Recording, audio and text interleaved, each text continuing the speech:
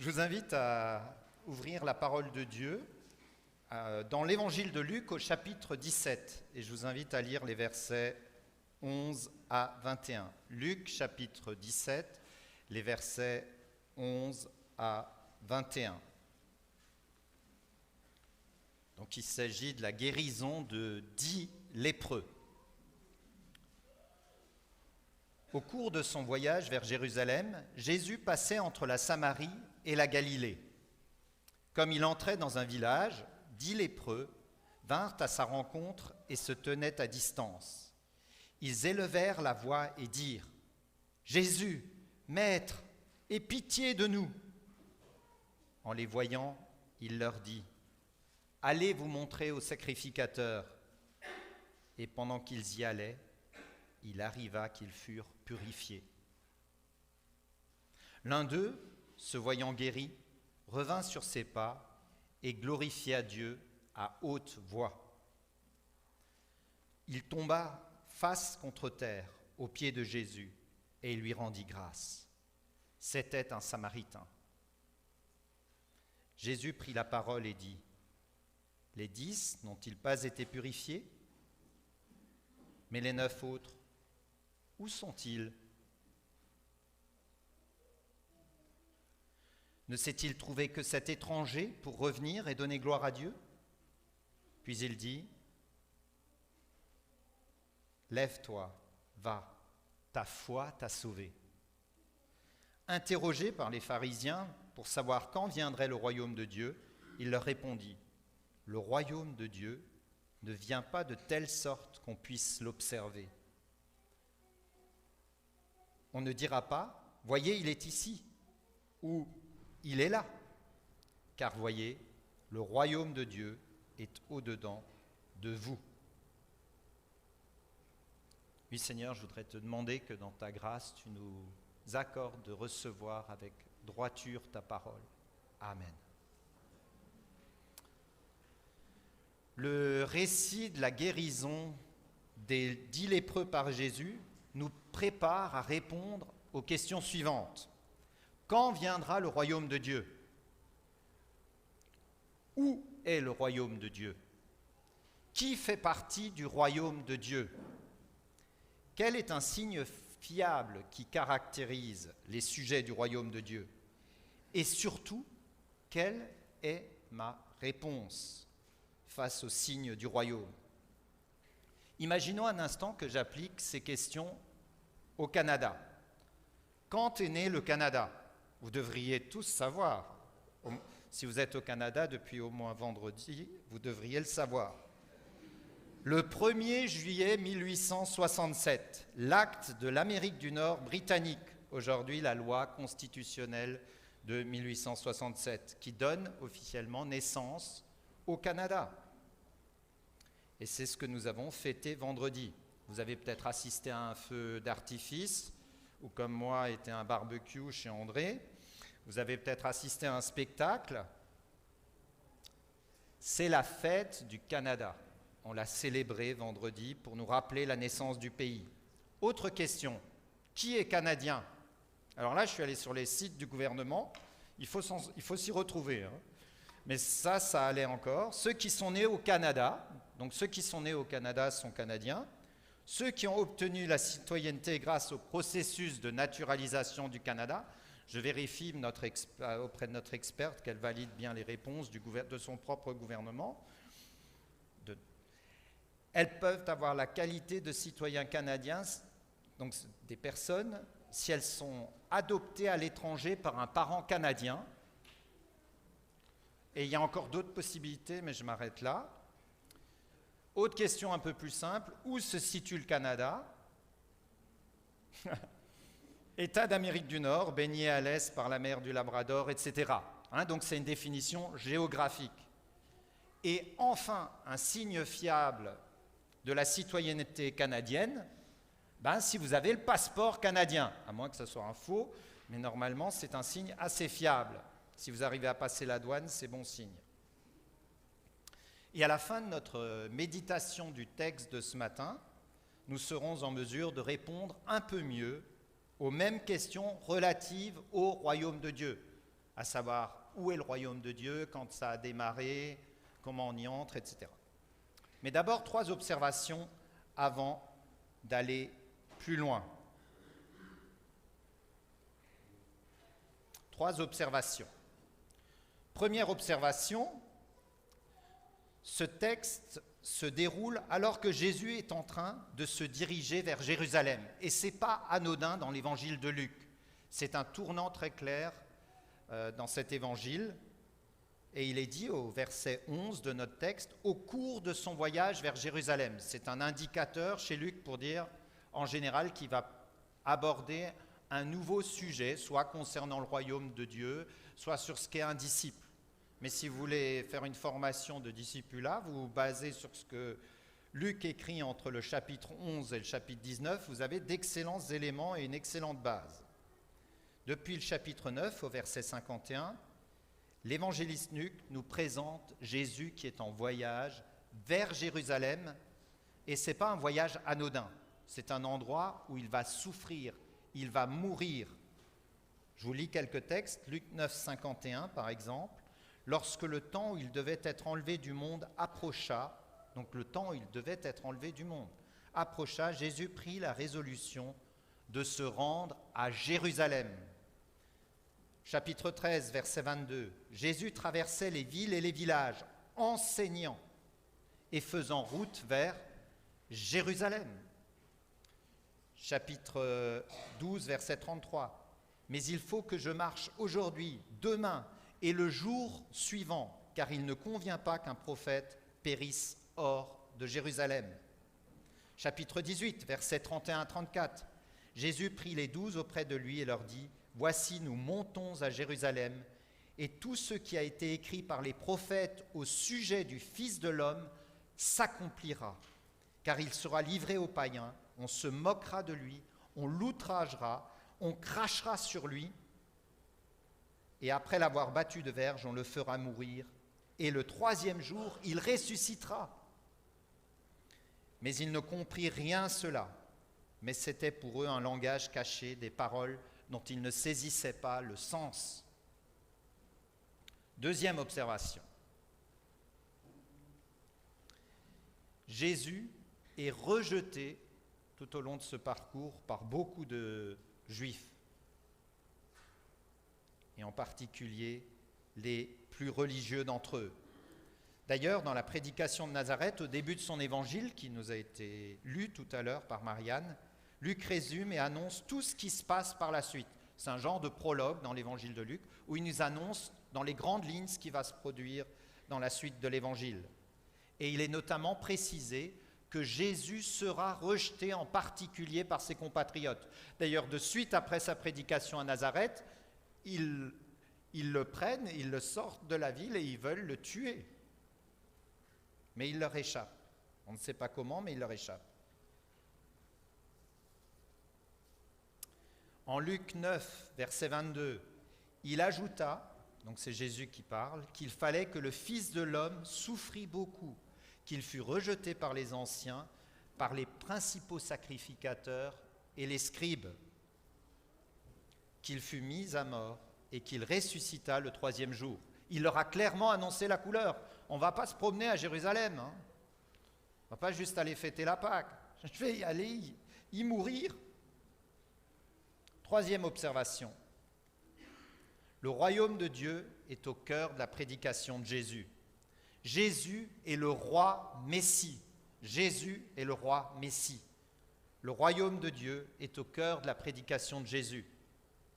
Donc toujours dans cette prédication de Nazareth, de la synagogue à Nazareth, Jésus leur dit, « Il faut aussi que j'annonce aux autres villes la bonne nouvelle du royaume de Dieu. » Jésus, quand il allait dans une ville, dans un village, il prêchait la bonne nouvelle du royaume de Dieu. Car c'est pour cela que j'ai été envoyé. C'est le but de sa mission. J'étais envoyé pour annoncer la bonne nouvelle du royaume de Dieu. Voici ce que l'ange Gabriel a révélé à Marie au début de cet évangile. Tu le nommeras Jésus, le Seigneur Dieu lui donnera le trône de David, son ancêtre. Il régnera éternellement sur le peuple issu de Jacob, et son règne n'aura pas de fin. C'est un royaume éternel qui est annoncé et qui se prépare. Comment ne pas penser à 2 Samuel 7, à la promesse faite au roi David, ou au Fils de l'homme de Daniel 7, qui doit recevoir la souveraineté et la royauté sans fin.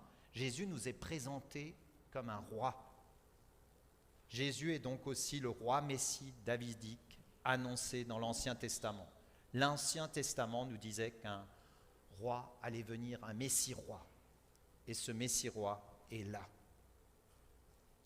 Nous sommes désormais mieux équipés pour nous lancer dans l'analyse de cet épisode de la vie de Jésus. Je l'ai illustré, je suis désolé, mais je sais qu'il y a des plus jeunes parmi nous et je me suis dit que ça serait plus facile pour eux de suivre. Mais j'ai aussi une pensée pour les plus grands. Au cours de son voyage vers Jérusalem, Jésus passait dans la Samarie et la Galilée. Comme il entrait dans un village, 10 lépreux vinrent à sa rencontre et se tenaient à distance. Ils élevèrent la voix et dirent « Jésus, Maître, aie pitié de nous ». Jésus a déjà guéri un lépreux. On le retrouve en Luc 5. Et qu'est-ce qu'il fait? Il le guérit, mais en le touchant, et puis il lui dit « Va te présenter chez le sacrificateur ». En fait, la lèpre correspond à des maladies de peau évolutives qui entraînaient une exclusion sociale. Si vous aviez la lèpre, vous deviez aller voir le sacrificateur, il déterminait si c'était la lèpre et si c'était diagnostiqué comme tel, si cette maladie de la peau était diagnostiquée, vous étiez exclu socialement. Vous ne restiez plus avec votre famille, votre femme, vos enfants, vous étiez exclu. Ils devaient s'isoler en attendant une éventuelle guérison. Ils ne peuvent plus travailler avec les autres. Et personne ne veut s'approcher de peur d'être rendu impur et pire, d'attraper la lèpre. Ce n'est pas la lèpre comme on la connaît aujourd'hui, probablement pas. Et en Lévitique 13, on trouve tous les critères qui permettent au sacrificateur d'identifier la maladie et les conséquences pour la personne atteinte. Sont présentés au chapitre 13 et au chapitre 14 sont indiqués tout le rituel complexe pour purifier celui qui serait éventuellement guéri de la lèpre. Si quelqu'un pense être guéri de la lèpre, il se présente auprès du sacrificateur et puis il regarde son manuel, la procédure à suivre, et vous allez voir, c'est pas triste, et c'est assez complexe. Pour rappel, pour se tenir dans la présence de Dieu, il faut être pur. Donc si vous avez la lèpre, vous ne pouvez plus vous tenir dans la présence de Dieu et hors de question d'aller au temple.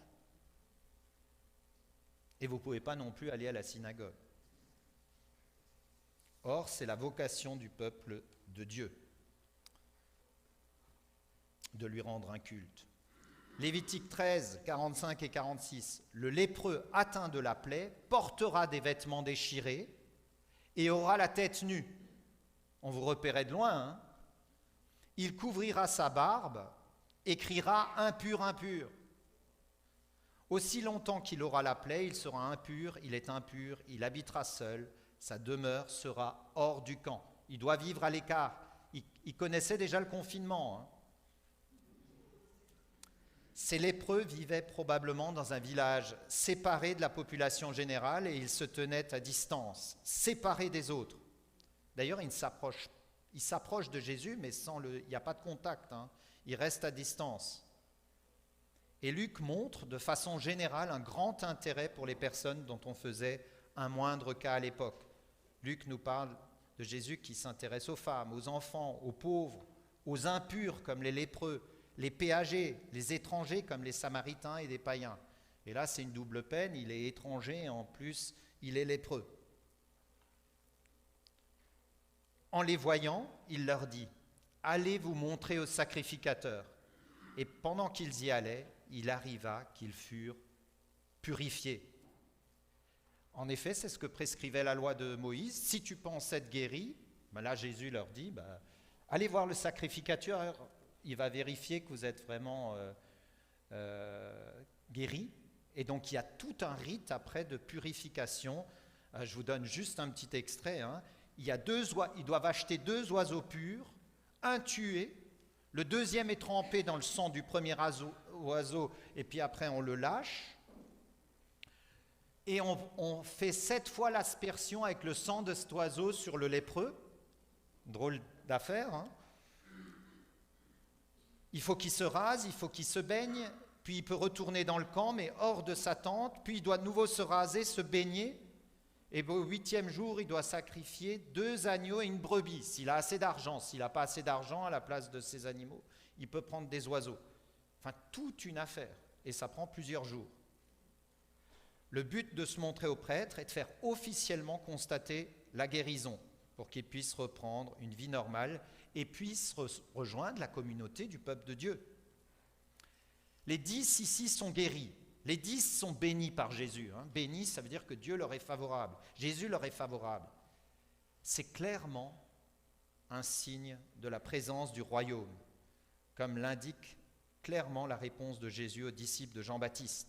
Jean-Baptiste a envoyé ses disciples et qui disent à Jésus, Jean-Baptiste nous a envoyés vers toi. Luc 7, versets 20 à 22, pour dire, es-tu celui qui doit venir ou devons-nous en attendre un autre? À l'heure même, Jésus guérit plusieurs personnes de maladies, d'infirmités et d'esprits malins, et il rendit la vue à plusieurs aveugles, et il leur répondit. Écoutez bien la réponse de Jésus. Es-tu celui qui doit venir? Es-tu le Messie? Voilà ce que répond Jésus. Allez rapporter à Jean-Baptiste, ce que vous avez vu et entendu. Les aveugles voient, les boiteux marchent, les lépreux sont purifiés, les sourds entendent, les morts ressuscitent, la bonne nouvelle est annoncée aux pauvres. Les prophéties de l'Ancien Testament se réalisent, dites-le à Jean-Baptiste, c'est moi le Messie, je suis là. Et donc ces 10 lépreux sont tous guéris. Et l'un d'eux, se voyant guéri, revint sur ses pas et glorifia Dieu à haute voix. Il tomba face contre terre aux pieds de Jésus et lui rendit grâce. Et c'était un Samaritain. Un mot sur la Samarie et ses habitants s'impose. La Samarie habitait les 10 tribus du nord, suite à la division du royaume d'Israël en 2 parties après la mort du roi Salomon. Au sud, la Judée, Juda et Benjamin, et au nord, les 10 tribus avec comme capitale Samarie. Mais au 8e siècle, les Assyriens ont déporté la population, ils ont amené d'autres personnes, ils se sont mélangés avec ceux qui sont restés, et les autres Juifs, ceux du sud de Juda, considéraient les Samaritains comme un peuple mélangé, des demi-juifs. D'ailleurs, ils avaient leur propre livre saint. Ils n'avaient que le Pentateuque samaritain. Ils avaient juste les 5 premiers livres de l'Ancien Testament. Les Juifs et les Samaritains se méprisaient, à tel point que quand Jésus est avec ses disciples en Samarie, il veut dormir dans une ville, il se fait refuser l'accès à la ville parce qu'ils savent qu'il va à Jérusalem adorer. Il y avait une telle rivalité entre les Samaritains et les Juifs que les relations étaient difficiles. Et il y a ici, à mon sens, une allusion à 2 Rois 5, quand Naaman, le Syrien, glorifie Dieu pour la guérison de sa lèpre. C'est mis en parallèle avec cet homme samaritain qui glorifie Jésus. C'est un étranger qui a bénéficié du secours de Dieu et pas des Juifs. C'est ce qui avait été annoncé par Jésus en Luc 4 dans la prédication de Nazareth. Et c'est ce qui illustre ce texte. Et le Samaritain se jette aux pieds de Jésus et son action de grâce, de reconnaissance est en fait un acte d'adoration. Et il faut savoir que la dispute entre les Juifs et les Samaritains incluait un désaccord sur le lieu d'adoration approprié. Les 9 autres lépreux, ils sont allés à Jérusalem pour faire constater leur guérison, passer par tout le rituel qui dure plusieurs jours et puis réintégrer une vie normale. Mais le Samaritain, de toute manière, il est étranger, il n'a pas le droit d'aller au temple. Ça ne sert à rien. Et de toute manière, il n'irait pas au temple, lui, il a un temple ailleurs. D'ailleurs, à cette époque-là, le temple avait été détruit. Justement par les Juifs. Ce qui avait encore augmenté la haine, on peut dire, entre les 2 peuples. Et ce qui est extraordinaire, c'est que finalement, le temple représente la présence de Dieu, n'est-ce pas? Ben, figurez-vous que lui, il est revenu et il se retrouve dans un face-à-face avec Dieu le Fils. Le Fils est venu tabernacler parmi les hommes, il est venu habiter parmi eux, et il a là Jésus en chair et en os. En attirant l'attention sur le sort de ce Samaritain, Luc souligne à nouveau l'inclusion par Jésus des personnes qui sont habituellement exclues ou marginalisées dans la société. Il est bien sûr guéri de la lèpre, donc il pourra retrouver sa famille, ses amis, son travail. Il ne sera plus exclu, il est purifié. Et Jésus pose maintenant 3 questions. Première question, les 10 n'ont-ils pas été purifiés? Implicitement, Jésus souligne qu'il devrait y en avoir 10 qui manifestent leur reconnaissance. Deuxième question, les 9 autres, où sont-ils? Là, il établit un contraste très clair entre les 9 juifs qui sont partis sans dire même merci et le Samaritain. Et les 9 autres, où sont-ils? Il a dû poser cette question avec une tristesse qui a dû percer dans sa voix. Et les 9 autres, où sont-ils? Ils sont où? C'est pour nous que le Seigneur pose la question. Il la pose pour nous instruire. Et plus d'un serviteur de Dieu a connu la même souffrance parce qu'il a dû se poser la même question. Et vous aussi, vous avez peut-être déjà amené des amis. Vous avez peut-être eu des membres de votre famille qui étaient ici même ou dans une autre église. Où sont ceux à qui j'ai parlé de l'Évangile l'année dernière? Où sont ceux qui, il y a 6 mois encore, venaient s'asseoir sur les chaises de cette assemblée? Où sont ceux qui, il y a 1 mois encore, unissaient leur chant au nôtre pour faire monter ces belles mélodies d'amour vers le ciel? Où sont ceux qui, il y a 1 semaine, montraient quelque intérêt pour le salut de leur âme? Où sont-ils? On se pose tous cette question pour certaines personnes que nous avons côtoyées. Où sont-ils? Et cette question en fait naître une autre. Ne s'est-il trouvé que cet étranger pour revenir et donner gloire à Dieu? Pourquoi ne sont-ils pas revenus? Qu'est-ce qui les a retenus loin de cet évangile qui pouvait leur apporter le bonheur présent et éternel? Alors, pourquoi ne sont-ils pas revenus? Et j'ai entendu une fois un évangéliste qui avait fait toute une prédication, il s'appelait Fernand, il s'appelait toujours Fernand le Grand, et lui, il s'était improvisé journaliste, intervieweur, et il était allé à la recherche des 9 pour savoir ce qui avait fait qu'ils n'étaient pas revenus. Bien sûr, c'était imaginaire. Mais je vais vous résumer ce qu'on pourrait dire de ces 9 personnes qui ne sont pas revenues. L'un n'y a tout simplement pas pensé. Il a oublié de dire merci à celui qui a pourtant changé sa vie. Il y en a un qui a repris une vie faite de mauvaises fréquentations et d'affaires louches. Il ne veut pas entendre parler d'un sauveur. Il veut qu'on le laisse tranquille. Il y en a un autre qui ne croit vraiment pas en Jésus. Mais alors pourquoi tu as dit, Maître, aie pitié de nous? Mais vous comprenez, vu la situation, j'aurais crié n'importe quoi et à n'importe qui pour m'en sortir. Mais maintenant qu'il a repris sa vie normale, qu'il a retrouvé sa famille et ses amis, qu'il a ce qu'il voulait, il ne veut plus entendre parler de Jésus. Vous en avez connu, non? Un autre a calculé le prix. Les implications de suivre Jésus lui coûtent de trop, selon lui. Et donc il préfère laisser tomber. Un autre ne veut pas renier la religion et les traditions de sa famille. Un autre se trouve trop mauvais. Jésus ne pourra jamais lui pardonner. Un autre ne veut pas abandonner certaines relations, certains loisirs, certaines habitudes pour suivre Jésus. Et un dernier ne souhaite pas être hypocrite. Il sait à l'avance qu'il ne tiendra pas dans la marche avec Jésus. Alors, par honnêteté intellectuelle, il ne s'engage pas, selon lui bien sûr. Cet étranger, ce Samaritain, seul est revenu sur ses pas pour remercier Jésus. Il ne peut certes pas entrer dans le temple de Jérusalem, mais il peut adorer Jésus, le Fils de Dieu. Le lépreux samaritain accepte l'invitation gracieuse de Dieu.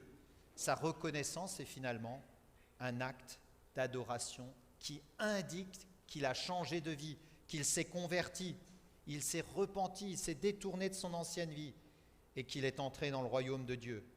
Il a un accès direct à Dieu en Jésus-Christ. Puis Jésus lui dit, « Lève-toi, va, ta foi t'a sauvé. » Les guérisons des lépreux par Jésus sont le signe qu'il est venu délivrer les croyants de toute impureté qui découle du péché. La lèpre est aussi quelque chose qu'on utilise pour parler de la lèpre intérieure, du péché qui nous rend impurs, en même temps que de toute maladie, conséquence du péché d'une manière générale. Pour le croyant et pour ce samaritain lépreux, l'impureté est désormais ôtée. Il est pur en vertu de la croix. C'est quelque chose qui est encore devant lui. Jésus est en train d'inaugurer le royaume, mais au moment où les lecteurs lisent Luc, Jésus a déjà été crucifié. Il est déjà ressuscité. Il règne déjà dans les cieux et l'Esprit a déjà été répandu à la Pentecôte. La maladie disparaîtra au retour de Jésus-Christ lors de la manifestation future du royaume, parce qu'il y a le déjà du royaume qui nous sont présentés au verset 20 et 21, il y a le pas encore du royaume lorsque le Fils de l'homme reviendra et que nous attendons encore. Mais il y a déjà une manifestation du royaume, le royaume est déjà là, même s'il se manifestera dans toute sa gloire et toute sa splendeur dans le futur. Au verset 19, ta foi t'a sauvé, pourrait également être traduit ta foi t'a guéri, comme dans d'autres miracles de guérison. Mais je suis convaincu ici qu'il s'agit de la foi qui sauve. Pourquoi ? Pour 4 raisons. Premièrement, la réaction du Samaritain prouve qu'un changement intérieur s'est produit en lui. Deuxièmement, il n'est pas anodin qu'un Samaritain soit cité en exemple ici. C'est un texte qui s'inscrit ici dans une réflexion plus large sur la composition de l'Église et qu'on trouve dans Luc, Actes et qui incorpore notamment les païens.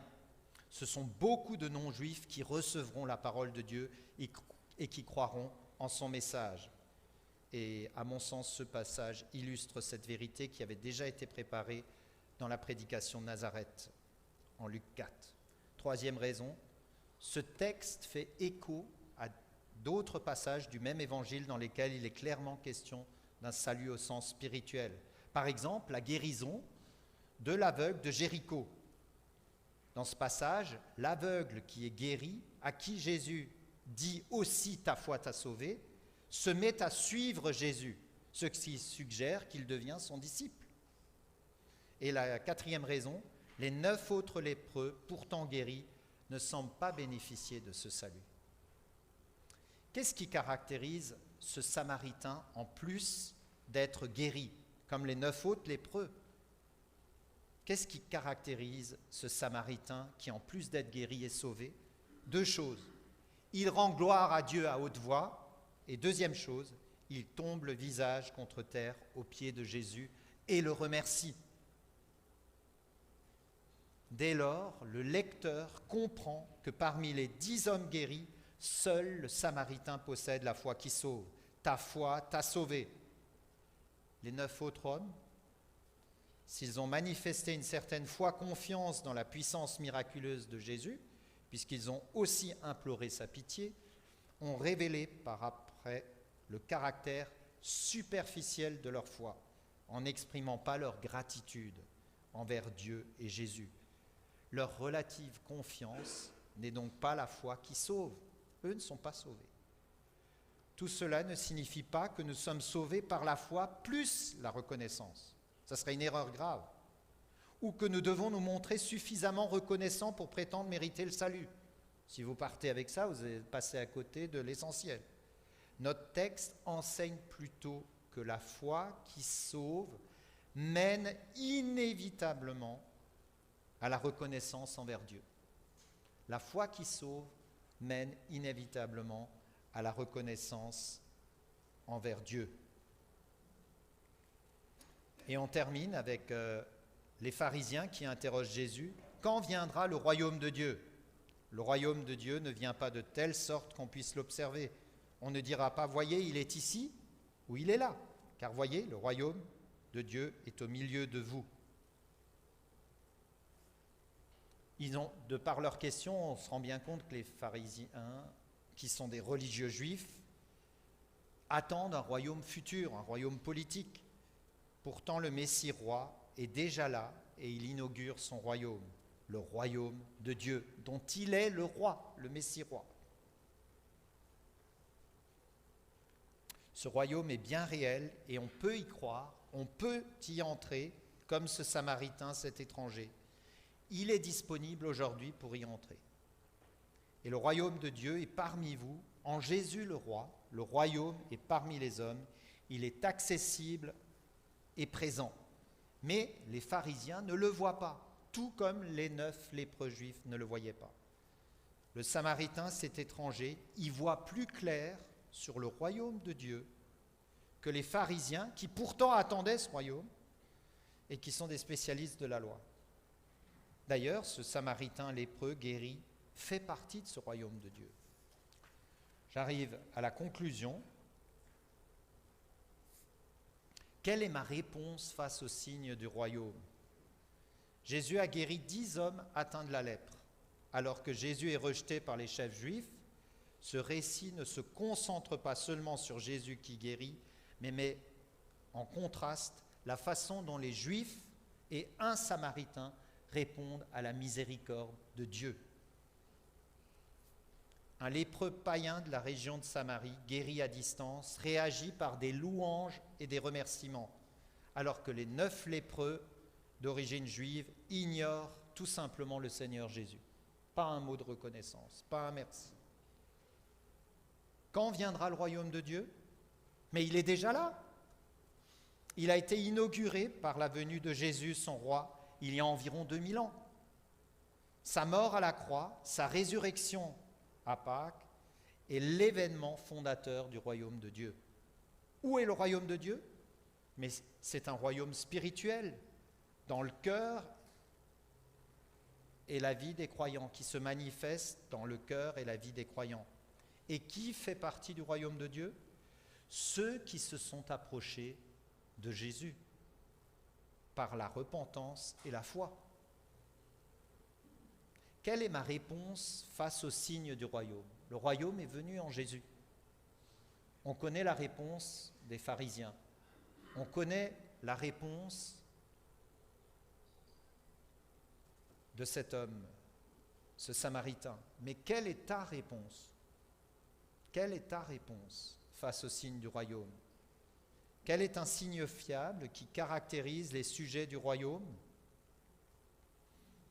Notre gratitude envers Dieu et Jésus est une preuve, une démonstration visible, audible de la réalité de notre salut.